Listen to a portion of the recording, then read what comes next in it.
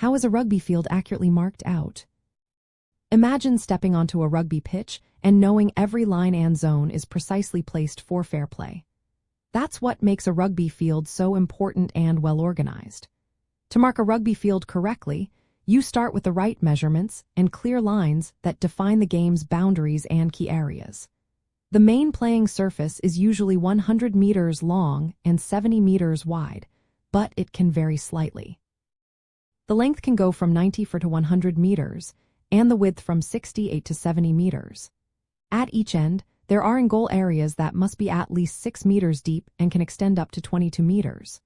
When you add the in-goal areas to the main field, the total length can reach up to 144 meters.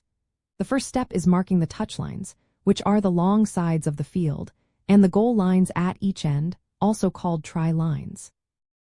These are painted with durable white paint and clearly show where the game is in or out of bounds. Behind each goal line is the dead ball line, which marks the back of the in-goal area. The space between the goal line and the dead ball line is where players ground the ball to score tries. The halfway line runs across the middle of the field, dividing it into two equal halves. It's used for kickoffs at the start of each half and after points are scored.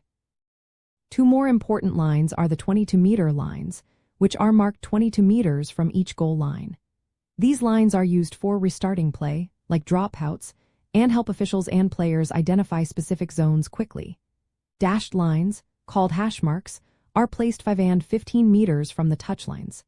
They indicate where scrums and lineouts happen, helping players position themselves during set pieces. The goal posts are placed at the center of each goal line.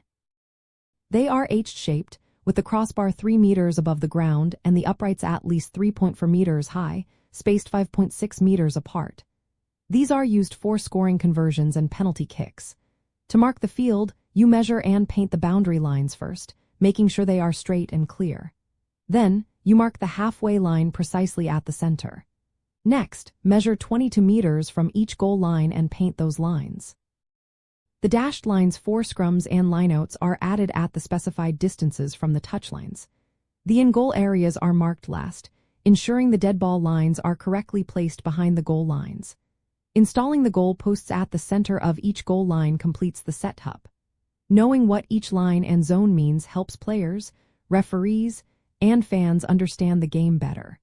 It also ensures the game is played fairly and safely.